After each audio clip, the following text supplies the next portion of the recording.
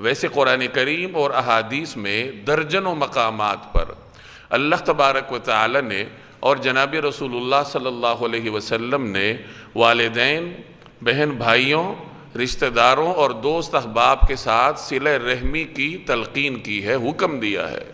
اور صلہ رحمی نہ کرنے والے کے لیے سخت وعیدوں کا اعلان ہے۔ تو ان تمام قریبی رشتوں کے ساتھ حسن سلوک کا حکم ہے، لیکن اگر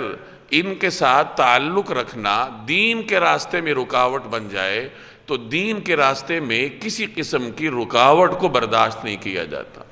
خوش اخلاقی کا اظہار پھر بھی کرنا ہوتا ہے، لیکن ان کے ساتھ اس طرح کا تعلق رکھنا کہ وہ تعلق آپ کے دین پر اثر انداز ہونے لگے، آپ کی ایمانی کیفیت پر اثر انداز ہونے لگے، قرآن کریم اس کی اجازت نہیں دیتا کہ دیکھو اب تم جس دین میں داخل ہوئے ہو وہ دین ایک مکمل ضابطہ اخلاق ہے، وہ صرف نماز اور روزے کا نام نہیں ہے بلکہ وہ مکمل ضابطہ اخلاق ہے۔ اس کا تعلق رکھنے کے بھی اپنے معیارات ہیں، دوستی رکھنے کے بھی اپنے معیارات ہیں، اور اب تمہیں سب سے زیادہ اگر مد نظر رکھنا ہے تو اللہ اور اس کے رسول کو مد نظر رکھنا ہے۔